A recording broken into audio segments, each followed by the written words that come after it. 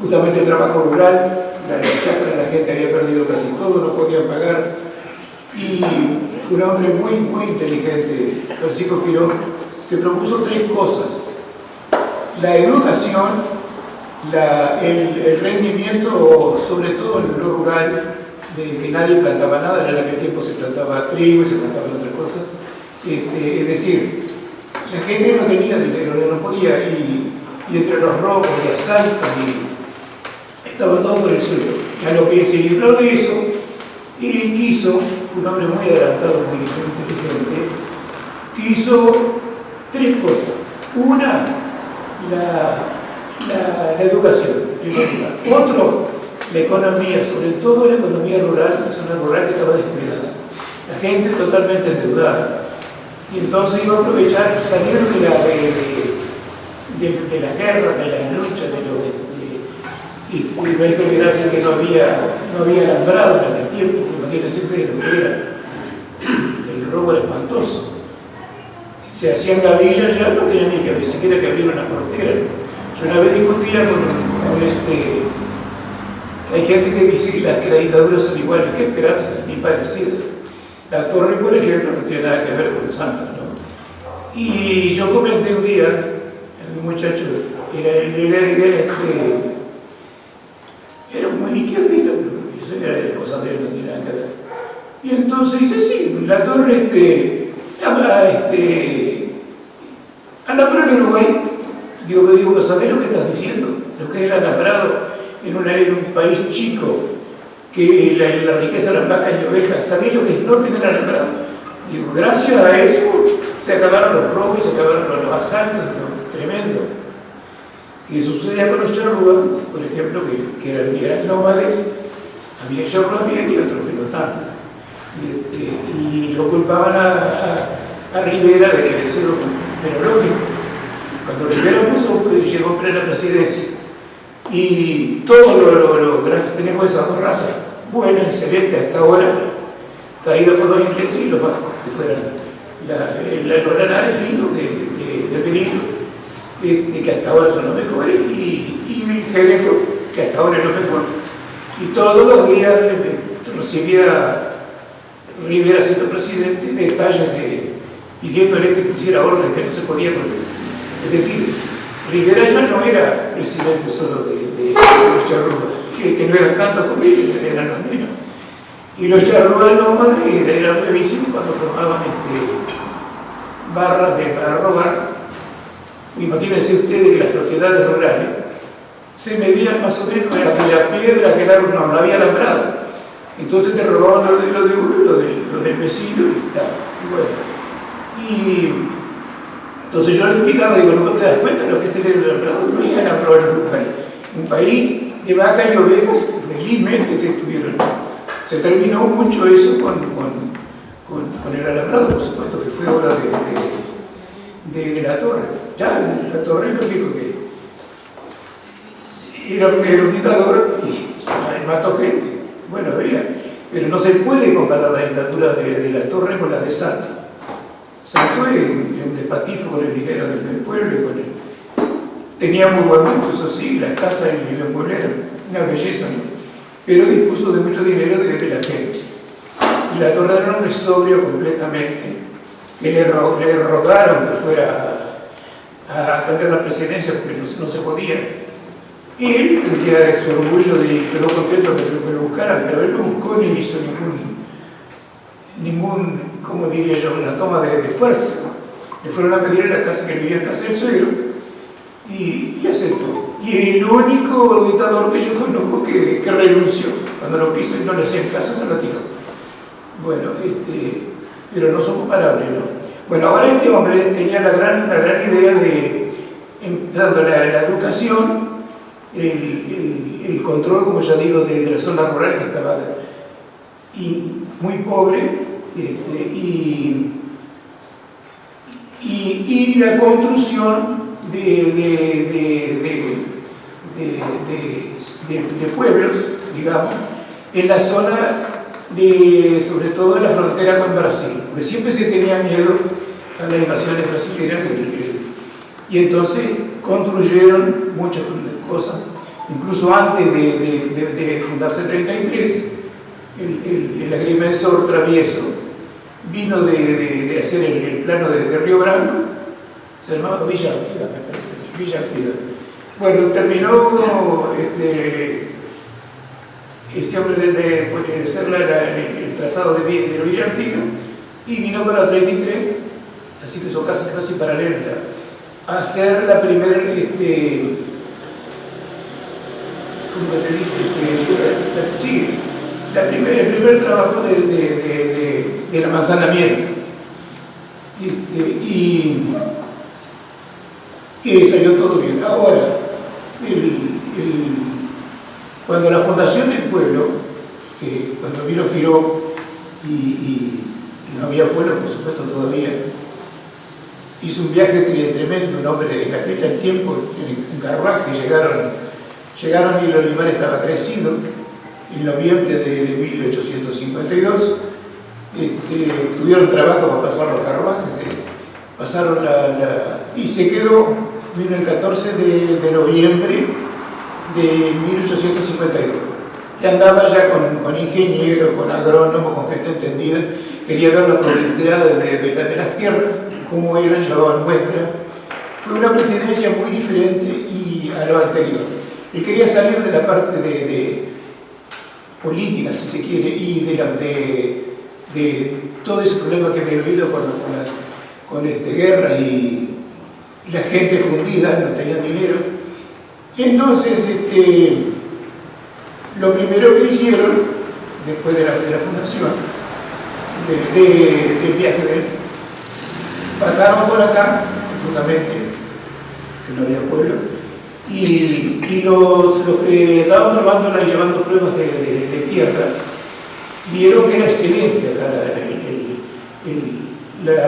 entre el Yerbal y el Olimar, una tierra excelente. Iba llevando muestras y todo, iba La Valleja con ellos, hasta el norte. La Valleja sí se vino del norte, pero lo llamaron. Pero ¿qué pasó? Se salió la ley que la sacaron de la fundación de 33, pero se expropió la lengua cuadrada, como le llamaban, y era una lengua cuadrada, que agarraba propiedades de las dos familias más grandes que había aquí, que eran de los Medina y los Teles. Los Medina tenían el camino que iba al río, la parte sur, y Antonio Teli de la parte norte. Así que la lengua cuadrada abarcó terrenos de las dos propiedades, ¿no? Pero ¿qué pasó? El gobierno expropió, pero no tenía dinero para pagar la expropiación. Y gente pudiente formaron una comisión, gente pudiente se ofreció a hacer una, ¿cómo se dice? Eran 15 o 16, la sociedad fundadora. La sociedad fundadora. La sociedad fundadora. Eran 15 personas que tenían dinero, pusieron el dinero para que la gente toda quería plantar y seguir las plantaciones y volver a la vida normal. Y después, por supuesto, se cobraba a medida que iba pagando los terrenos y chacras. Pero eso llevó, por supuesto,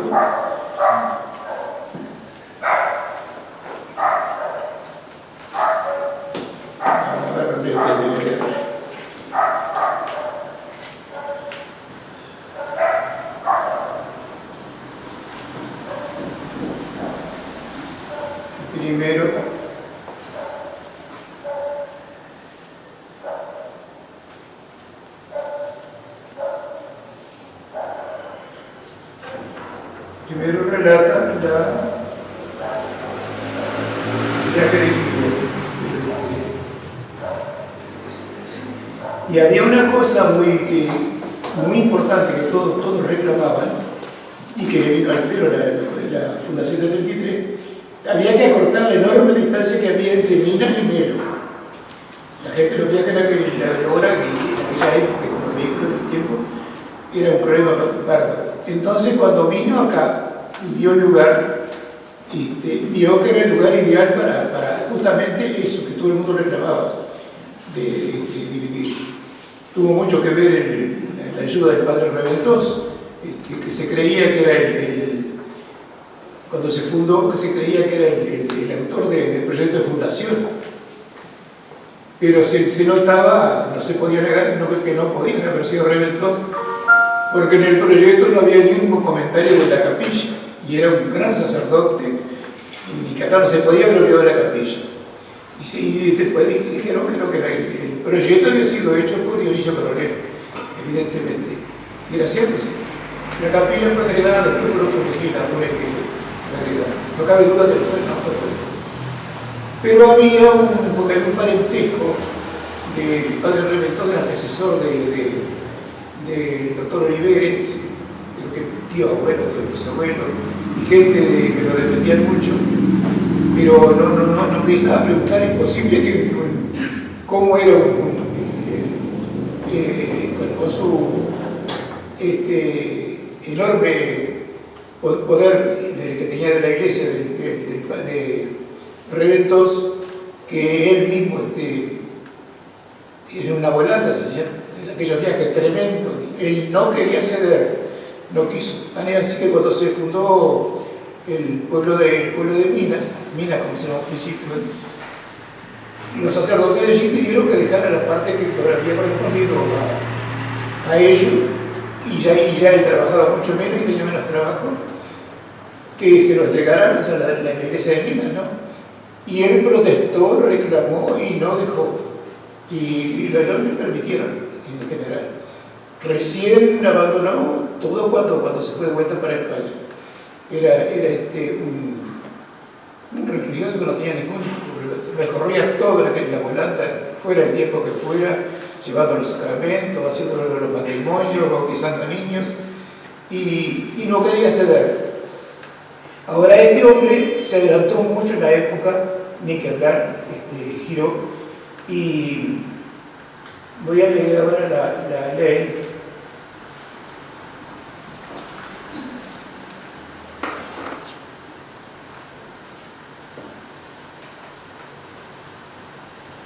Primero voy a hablar del viaje del presidente de la República, don Francisco Giró, como relata el historiador Juan Epibel Devoto, emprendió en 1852, poco después de haber sido electo presidente, un gran viaje a través del país con el fin de determinar la productividad de las distintas tierras, acompañado de un conjunto de técnicos en los que se destacó el francés Penot y a Juan Carvaje, pernotando donde la noche los determinaba, en un inmenso sacrificio, digno ejemplo para los gobernantes de su época. Su itinerario incluía Minas, Melo, pasando por el Paso Real de Olimar, el 14 de noviembre de 1852.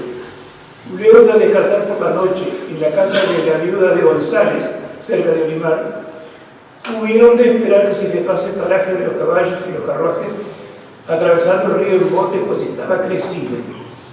El hecho de haber pasado por aquí es de significativa importancia, pues vio la necesidad de la creación de un pueblo para debido a la distancia que el mal estado de los caminos, la carencia de puertos y los precarios medios de transporte hacían enorme. Giró continuó su viaje hacia Melo y el 17 de noviembre, se fue el 15 de aquí, a los 2 días llegaron a Melo, y fue recibido en sesión solemne por la Junta Económica Administrativa del Departamento. Los pormenores de la procesión y la sesión de la luna se detallan a continuación. Allá encontró que las autoridades estaban divididas, había problemas políticos entre ellos.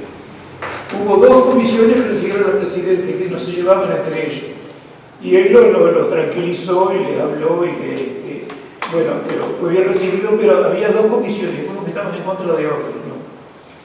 Y ya digo, respecto a la creación del proyecto de fundación, se contactó el nombre, sabe decirlo, que no había sido realizado. El proyecto ese lo había hecho Dionisio Coronel. Y 2 legisladores después fueron los que pensaron en la capilla y lo mencionaron. Esto no voy a hablar de decir porque es muy largo.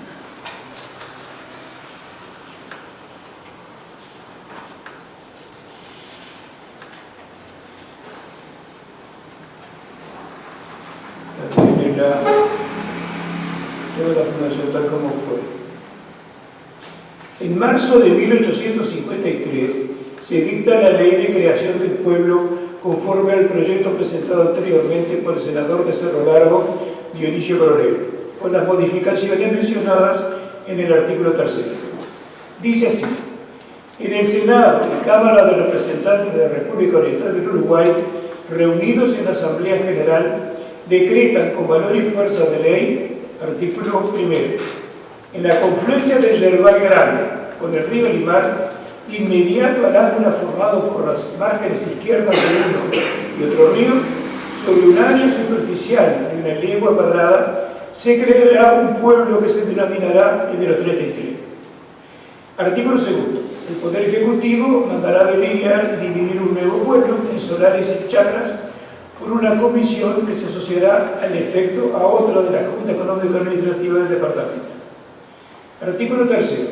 A costa de los fondos públicos se edificará una capilla y una casa para escuela. Sala de sesiones en Montevideo, el 7 de marzo, por parte de la Real Hacienda de España. Lo anterior lo confirma Villalba, jefe político de Cerro Largo, en una comunicación al ministro de Gobierno, que había realizado una empresa por acciones que compró el campo con el concurso valioso y bajo la dirección del digno sacerdote señor Reventos. La sociedad fundadora, accionistas, gracias al testamento de Urrutia, realizado en Montevideo ante el escribano Grosso, sabemos que las acciones eran 15 y él poseía 4 de ellas, que había adquirido en 1864. Cada acción tenía el valor de 100 patacones. Tiene una declaración de Miguel Palacio al respecto sobre el ejido. Esto nombra la mayoría de los accionistas: José Reventos, José Marcelino Barreto, Juan Quintela, Manuel Acosta, José González Ramos, Juan Ramírez, Antonio José Castro, Eduardo Ramos, Joaquín Pérez, Manuel Álvarez, Totonino Fariña, Nicolás Olmos y otro que sabemos que también accionista fue Emilio Viana. Reventos reunió ante el juez de Paz Bernada a los descendientes de Teli y Medina en su respectiva casa de estancia, no solo con el objeto de otorgar los poderes necesarios para la escrituración, sino también para obtener de ellos la confirmación por escrito del asentimiento verbal que le habían dado de consentir en la ocupación de campo para que la comisión de la sociedad fundadora pudiera disponer de inmediato del terreno mismo, antes de escriturarse. Dieronle las propiedades que se las ocupara tranquilamente, que más tarde se vendería. Y así resulta de uno de los poderes, el otorgado por los Medina, en el que puede verse la firma de Reventos, puesta a ruego de uno de los herederos el 20 de agosto de 1855. En el acta elaborada por el juez de Paz Bernada y firmada por los herederos de Teli y Medina el 15 de agosto de 1855, consta que el precio convenido fue de 2.500 pesos. La legua cuadrada costó 2.500 pesos. Además, los accionistas, las acciones eran de 100 patacones cada uno. En aquel tiempo era bastante dinero, ¿no? Y después iban cobrando a medida que se vendían las propiedades, ya fueran los terrenos de las chacras o los terrenos del pueblo.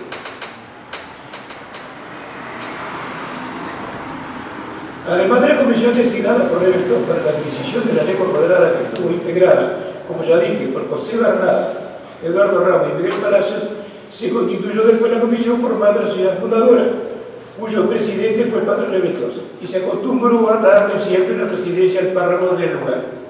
Después de Reventos lo fue el padre Joaquín Rivas. El secretario gerente fue desde el principio, hasta 1858, Eduardo Ramos, vilmente asesinado ese año por Policarpo Pereira, apodado el Paraguay. El caso del asesinato de Eduardo Ramos, que fue una cosa tan injusta, incluye una mentira que ella nunca pensó que fueran a atacarlo, de Teodora Medina. Teodora Medina, una persona muy querida, la señora Coronel Barreto, era muy excelente, muy querida, ayudaba a los pobres, había dado un terreno grande a un hombre que era muy modesto, que era platero, que tal así que cuando se hizo la segunda mensura del pueblo, de Sanabria para allá ya no permitió que tocaran porque le había dado el uso a ese hombre el campo. Por eso se agrandó el pueblo para el este, el norte y el oeste.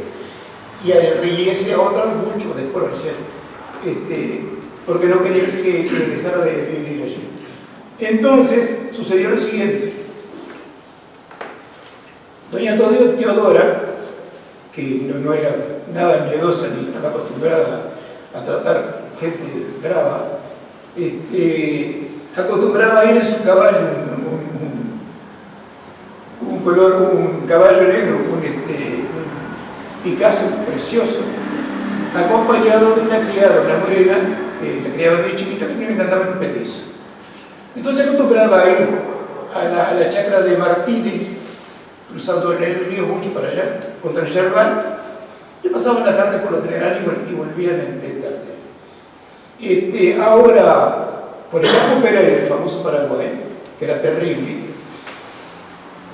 tenía una persona íntima amiga, justamente que estaba traicionando al pueblo, ese hombre, que vivía en el barrio Limares, cerca del monte. Y este hombre venía tarde de la noche, el Paraguay, y venía por el monte y se quedaba en casa, dice que era amigo. Y ese amigo le comentaba todo lo que sucedía en el pueblo y lo favoreciendo, estaba haciendo un disparate, ¿no? Haciendo mal al propio compañero del pueblo. Entonces, él había notado en Paraguay, y no sabía qué era que sucedía, que en los últimos asaltos que había hecho el pueblo, se vio que sabían que venía. Se notó que lo estaban esperando. Y no podía cumplir con su robo y su asalto, ¿no? Entonces, el amigo un hombre traicionero, no voy a nombrar porque los descendientes no tienen la culpa y quedan varios descendientes.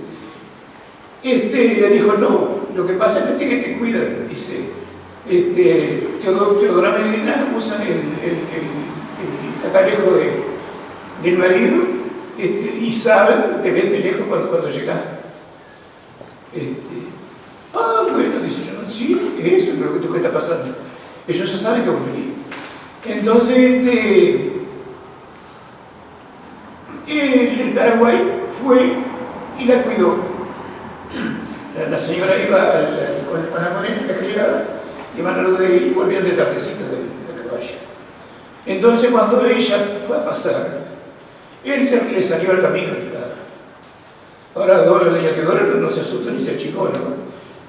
Y dice, no, usted no tenga miedo, dice que señor, yo sé que usted es una persona muy querida, muy ayudadora, dice, pero sucede una cosa, usted me tiene que dar la cabeza de su marido. Dice, entonces es una mentira que nunca pensó que iba a ir a la muerte del otro.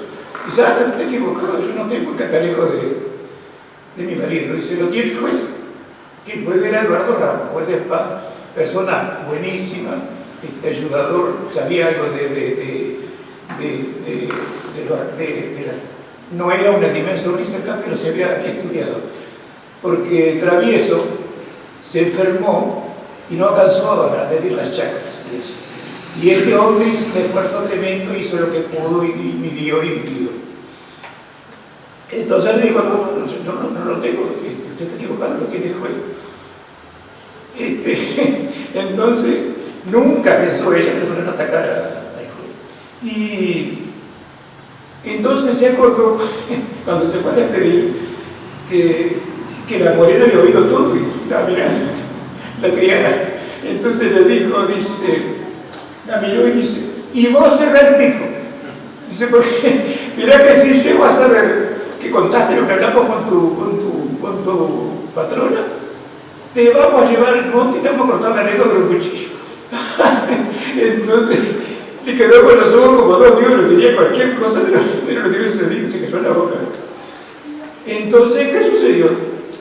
El fueron, sabía que Eduardo Ramos iba a la chacra de Martínez, que era contra el Yerbal, los cuidaron, cayeron de improviso ellos se metieron con una escopeta, creo que tenían, asesinaron a Eduardo Ramos. Todo por la mentira de ella, que nunca soñó ni pensó que se lo fueran a atacar. Eduardo Ramos era muy querido. Eso fue en 1858 que lo mató. Que era el juez de paz, además. Después de Eduardo Ramos quedó en lugar de él el Basaldúa, que era de la comisión fundadora. Basaldúa era el tesorero. Y después, por último, quedó Urrutia de que se sucedió hasta que se disolvió la sociedad. Pero esa cosa sucedía así. Ahora,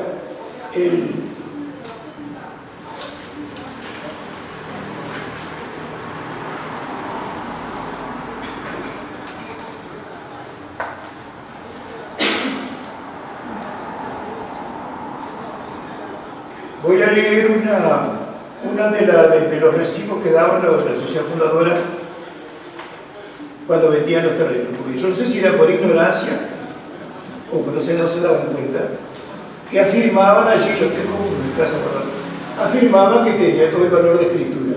Imposible, la escritura no tiene valor desde la época inmemorial, sino es hecha y otorgada por el escribano público. Entonces me decían que mucha gente creía que aquella propiedad no tenía que tocarla, que le habían pagado, pero era como recibir un inmueble y otra cosa, no era imposible. Entonces, dice, en el pueblo de los 33 a 22 de agosto de 1863 se presentó doña María S. Mandiá, yo pienso que es el mismo apellido Mandiá, solicitando un solar con 25 varas de frente y 50 de fondo, situado en la manzana de números 72 y 73, formando esquina al sureste. Toda la manzana estaba dividida, eran unos terrenos enormes. Cada manzana tenía 8 terrenos enormes, 8 fracciones. Se usaba la antigua medida española, la vara, que no alcanza 1 metro, que era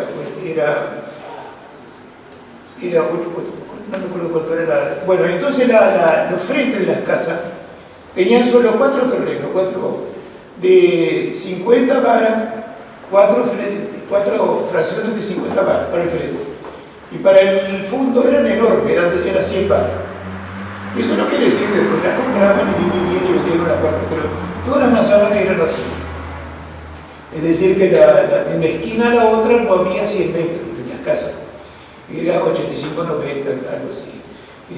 Y eran 4 terrenos con la misma medida. Y el fondo era 50 varas. Después se dividió.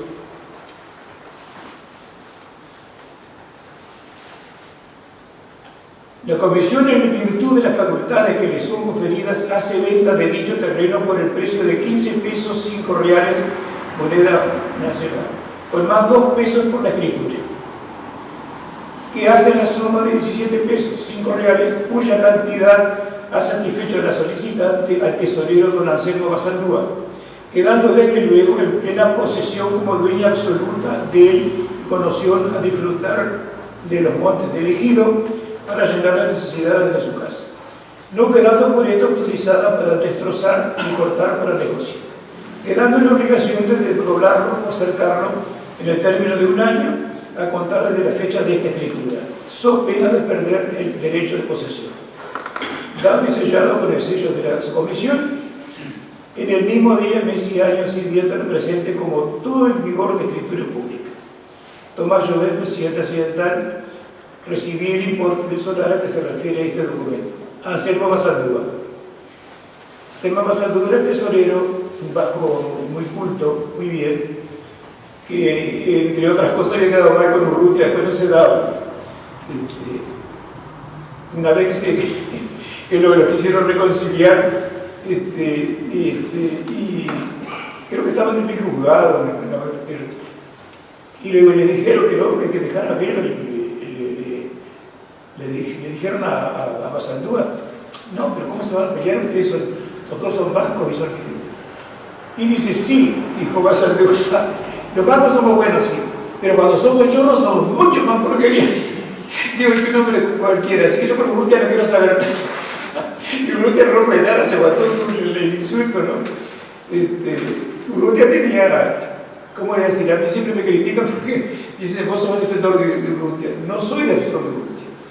Nosotros prácticamente estamos en familia criaron como hija a la madre de mamá, mi abuela. Con una educación la criaron. Doña Hilaria, la señora de Urrutia, de la sumamente católica, todos ellos eran. La educó a mi abuela, que daba gusto hablar con la abuela. Y era la que recibía la gente, le hacía sala hasta que Urrutia venía. Ella estaba ya en el fondo o demoraba, y era la que no lo recibía. Y tan así la hijada de ellos, mi abuela, tan así lo hacían notar, que nunca le dijeron que mandaba más que nadie, pero había varias criadas y familiares, pero la abuela estaba primero. Y el domingo, doña Hilaria iban a la primera misa, a las 7 de la mañana, creo que era, y solamente con mi abuela, iban y volvían. Y a la segunda misa, que ella también iba, que era como a las 10, iban todas las demás criadas con ella, pero la abuela ya quedaba. Y ya digo, era la que recibía y todo. Tenía una conversación que estaba a gusto, fue muy bien educada por ello. Y después, cuando fue a la escuela pública, fue alumna de la señora Durán, de Juan Elizalde Durán. Que la abuela, yo sé bien, que hace poco me pidieron datos de Juan Elizalde Durán, y yo les di todo, hasta cómo hablaba. Porque la abuela después fue a la escuela pública, que era donde era el actual escuela 2, y fue alumna de Juan Elizalde Durán, y me hacían los cuentos de Juan Elizalde. Cuando Elizalde tenían, Elizalde, que era coronel, no me acuerdo que era blanco, tenía un recado de plata muy valioso, cural, y por supuesto que de noche no podía dejar fuera. El recado quedaba guardado adentro, y yo vivía en la escuela, en el mismo dormitorio que quedaba pegado al salón, el dormitorio de él.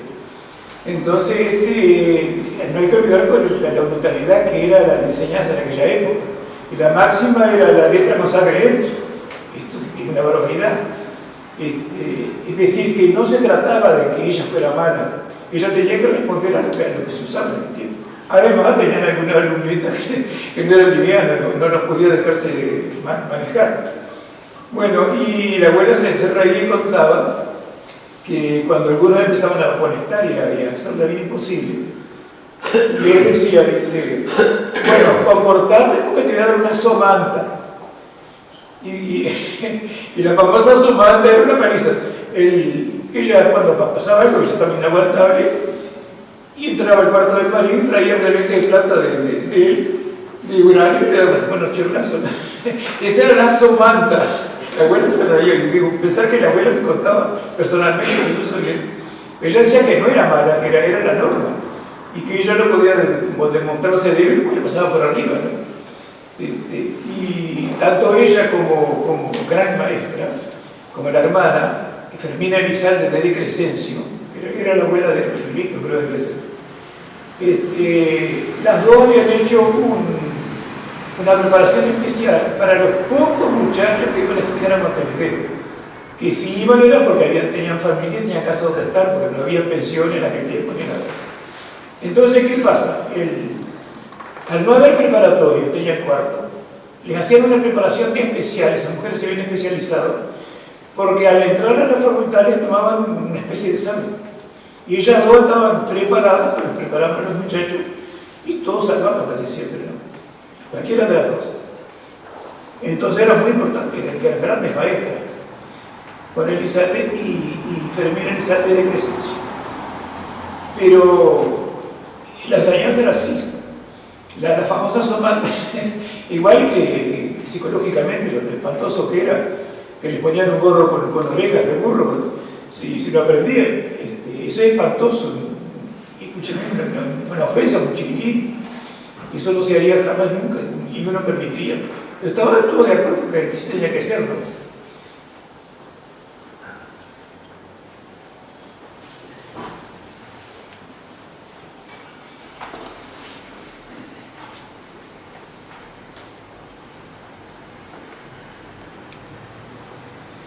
Más adelante,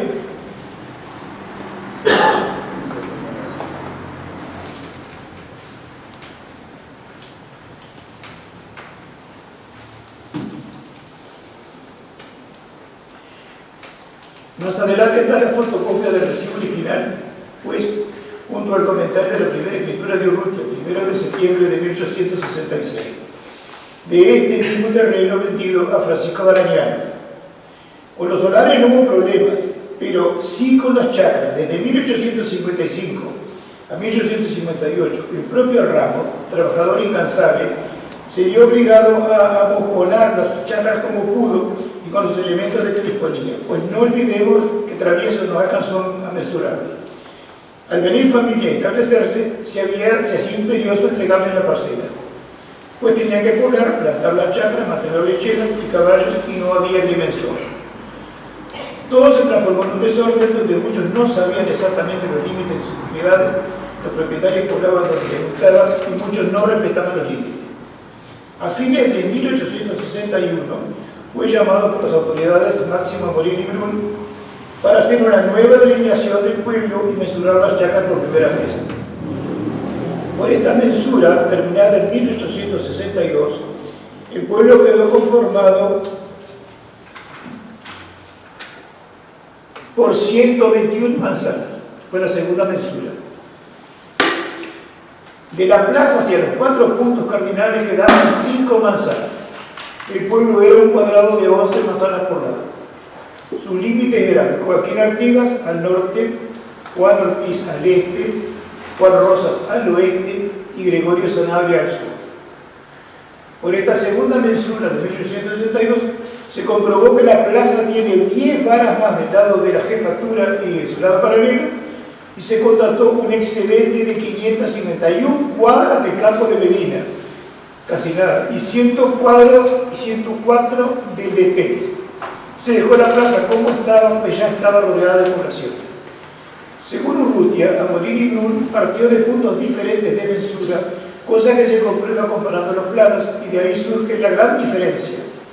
En esta mensura representaba a la familia Telis, doña Emilio Viana, y a la familia Medina, don José Bernal, después de paz. Tanto los Medina como los Telis aceptaron se les devolviera ese excedente de terreno en chacras, hasta completar esas cuadras, pues dicho sobrante ya había sido enajenado y poblado. Al aumentar las manzanas, es evidente que parte del terreno destinado a chacras quedó ocupado por aquellas, y surgieron los problemas con los ocupantes de las mismas. El 8 de agosto de 1866 se recibe Urrutia de escribano público y poco después se hace cargo de la Secretaría y Gerencia de la Sociedad Fundadora. De inmediato se dedicó a poner en orden las propiedades, extendería las escrituras públicas a los propietarios, guardando de los recibos que la Sociedad Fundadora les había extendido, los que serían protocolizados. A partir de octubre del 66, el presidente y tesorero eran Domingo Ferreira y Prudencio Salvarrey respectivamente. Para extender la escritura pública, como se había propuesto, primero hizo hacer la escritura de la lengua cuadrada. Recordemos que solo había compromiso de compra-venta. E incluso todos los propietarios permitieron que ocuparan los campos nomás, que los pagaran cuando pudieran. Entonces se debía eso. Para extender escrituras públicas, compromiso de compra-venta. Con los sucesores de Medina y Telis y el poder que ambas familias disputaron ante el juez de paz Bernal, consistiendo en la ocupación inmediata del terreno de la lengua cuadrada para proceder enseguida con las mensuras y enajenaciones. Dice Urrutia textualmente: inmediatamente que me hice cargo, comisioné a don Antonio Cadenas, residente de la villa de Melo, bajo una remuneración de 6 onzas de oro, para que exigiese la escritura pública respectiva a don Jerónimo Fernández, apoderado de las sucesiones vendedoras, quien, aunque residente en las costas de Yaguarón, solía viajar para ver. Claro, porque Urrutia, por eso lo criticaban Urrutia, y Urrutia se reía de ello, porque en pocos días que vino hizo hacer la escritura. Tenían la gran suerte que la misma persona era apoderada de las dos familias, era presentarse al escribanista y listo. Entonces Urrutia lo dice ahora. Y habían pasado 12 años y no escrituraban la lengua cuadrada. apoderaba a los socios, aunque realmente en las costas de Yamarón solía viajar para verlo. El 10 de febrero de 1867 ya la tenía en mi poder, es decir, que los 4 meses de mi administración obtuve lo que antes no se había podido tener en más de 12 años, y para los que, según lo explican los antecesores, tantas dificultades habían encontrado, pero se los tomaba del pelo, ¿no? A pesar que muchos han mencionado esta escritura, nadie comenta el contenido ni la fecha que fue otorgada, claro. Por eso el rabiano tampoco se reía de ellos, decía, y si ellos lo pueden hacer en un rato.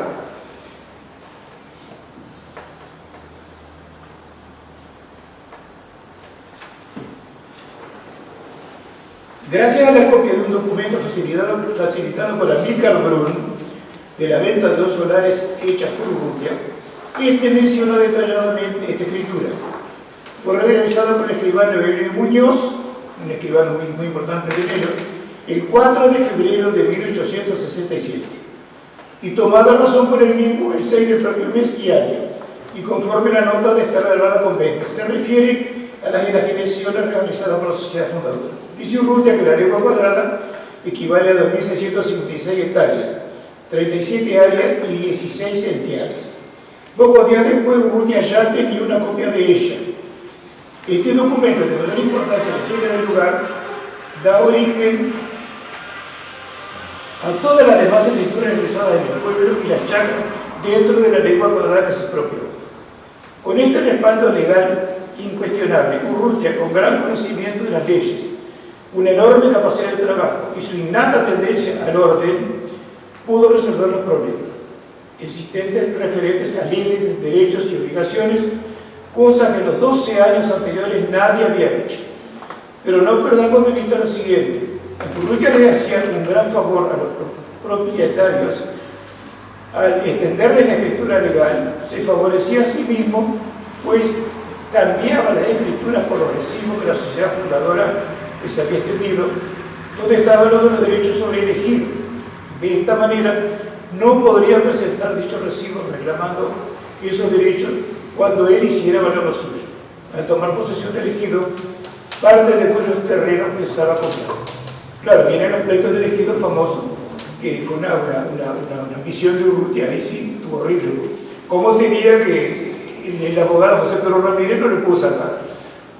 Se adueñó de las partes que, de aquellas partes no había intendencia, pero había Junta Económica Administrativa, que era las veces de intendencia. Entonces él entreveró como que esos terrenos eran parte de las chacras y no habían sido vendidos, y eso dueño de todo eso, pagó como que era. Y estaba Juan Untu que lo apoyaba, y Florencio Salvarrey eran los 3 que cortaban el pastel en aquella época. Fue una ambición de Urrutia tremenda, ¿no? Porque si José Pedro Ramírez no lo pudo salvar, ¿cómo sería? Entonces él se adueñó de esa, por eso pusieron un lote de mojones después para que no sucediera más eso. Y tuvo que pagar todo y entregar, perdió el pleito, y perdió lógicamente que lo perdió, y todo por ambición. Y entonces se hizo una lista de mojones, que era solo uno, la gente cree que es de cuando se fundó el pueblo, no es. Era una lista de mojones que separaba el ejido de las partes de chacra, para que nunca más pasara eso. Que queda uno solo, que hay una foto del doctor Pozo, que queda allá en la posada de la vía, pero era una lista de mojones. No volviera a suceder eso. Que después los enemigos de Urrutia, cuando Urrutia perdió el pleito del famoso ejido, de gusto pasaron todos, cortaron los alambres y los alambrados y postes, pasaron de gusto por la casa, tomándolo del pelo, ¿no? Y él adentro calladito, de gusto porque habían perdido, y era cierto, ¿no? Sin ninguna necesidad por el otro tipo. Era graciosa la forma de que no lo salvó, pues José Pedro Ramírez no pudo.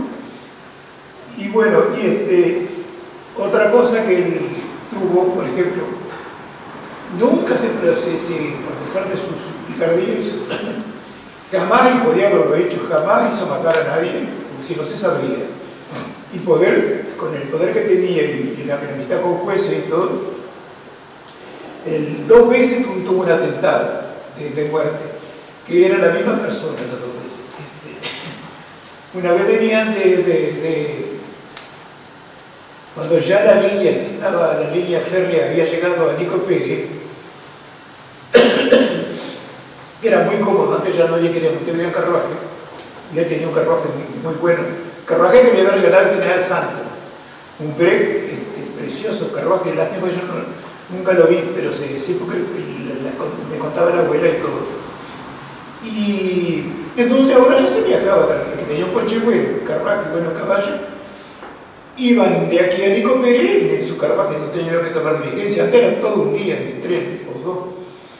Entonces no sé qué les ocurrió, que salieron tarde venía él y la esposa, venía Hilaria, y no sé qué otro acompañante venía él.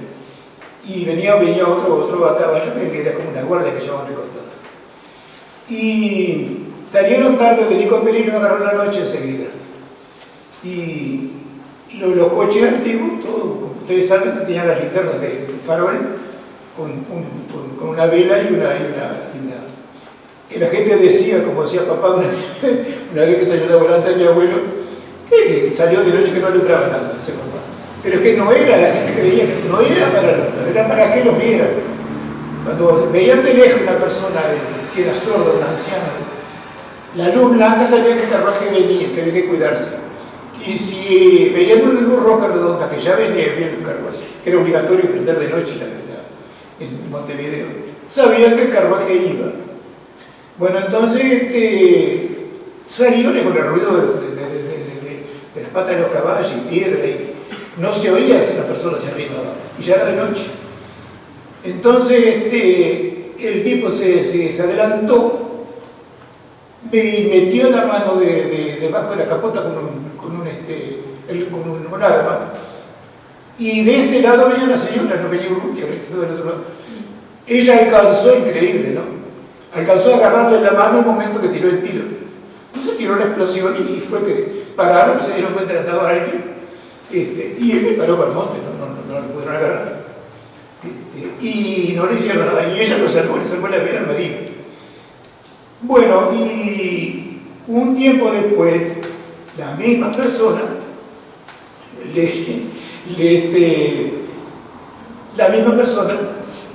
se metió en la casa de Juan Antonio Lavalleja, donde era incluso Lorenzo. Casa de Urrutia, donde era un palacio, preciosa casa. Y ¿qué ocurría? Estaba la cochera, que era la misma manzana, que era la esquina, que se podía. Entonces ellos por dentro podían ir de la casa a la cochera y sin salir a la calle. Y adentro era prácticamente el terreno, era casi toda para tener los caballos de los carruajes, que tenía la agua alta, que estaba siempre prendida de día. Mi abuelo era el cochero, y era como hoy tener el auto. Tenía que ir al juzgado, tenía que ir por una sucesión, lo llamaban por una herencia, y ya estaba, mi abuelo subía y estaba la volata prendida. La volata de un asiento solo, era liviana. Y estaba el carruaje grande, ese que le había regalado Santo, que yo decía. Y esa vez, que había mucha seguridad, yo lo atendía yo tengo las rejas, quedé con ellas, por suerte, bueno, las conocía porque eran las únicas que había con la forma redonda abajo. La reja del zaguán. Al anochecer se cerraba la reja y tenía un postigo por dentro. Y si alguien llamaba, si era conocido, entraba, si no podía. Así. Yo le tengo la reja esa. Las tenían de parrilla y yo las perseguí porque eran las únicas, son de fundición. Las únicas que de abajo tenían un corte redondo donde iba el tirador de bronce para las cuartas y eso. Y las conseguí en el barrio Sosa, las tenían de parrilla. Bueno, las compré por suerte, están en casa. Y yo las miro y digo, las veces que mi abuela miró por estas rejas y no dejaban entrar. Bueno, esa vez, en la cochera había varios, en la cochera en otra esquina, varias piezas donde dormían los cocheros y venían peones de los de Urrutia, de campaña. Él era muy generoso con respecto. Todos tenían casa y comida. Había varias piezas allí en la cochera, donde se quedaban, ¿no? Entonces, a veces venían con niños. Los peones venían con niños de 5 o 6 años, que esa vez fue un niño que lo salvó. Y en los niños sí, los niños iban y entraban y comían con la familia y allá adentro. Y todos tenían la comida allí. Y entonces un niño, la viveza de los niños, ¿no? Increíble, llegó un momento, ya era de noche, y vio que había uno atrás de una puerta en la casa. Y corrió a avisar. Entonces el tipo vio bien que estaba descubierto y que si lo agarramos llegando lo mataban, estaba dentro de la casa. Entonces corrió y trató de escaparse antes que cerraran las puertas. Y el niño le avisó. Y él creo que tenía 5 o 6 años, chiquitín, hijo de un peón. Bueno, salieron corriendo, dice que una noche lluviosa llega el uno, le tiraron unos tiros, pero no pegaron ni nada. Pero al poco rato Urrutia sabía ya quién era, dónde vivía y qué andaba haciendo. Entonces, ¿qué hizo? Nada de perseguirlo ni nada. Al otro día lo mandó a llamar y este personaje se presentó.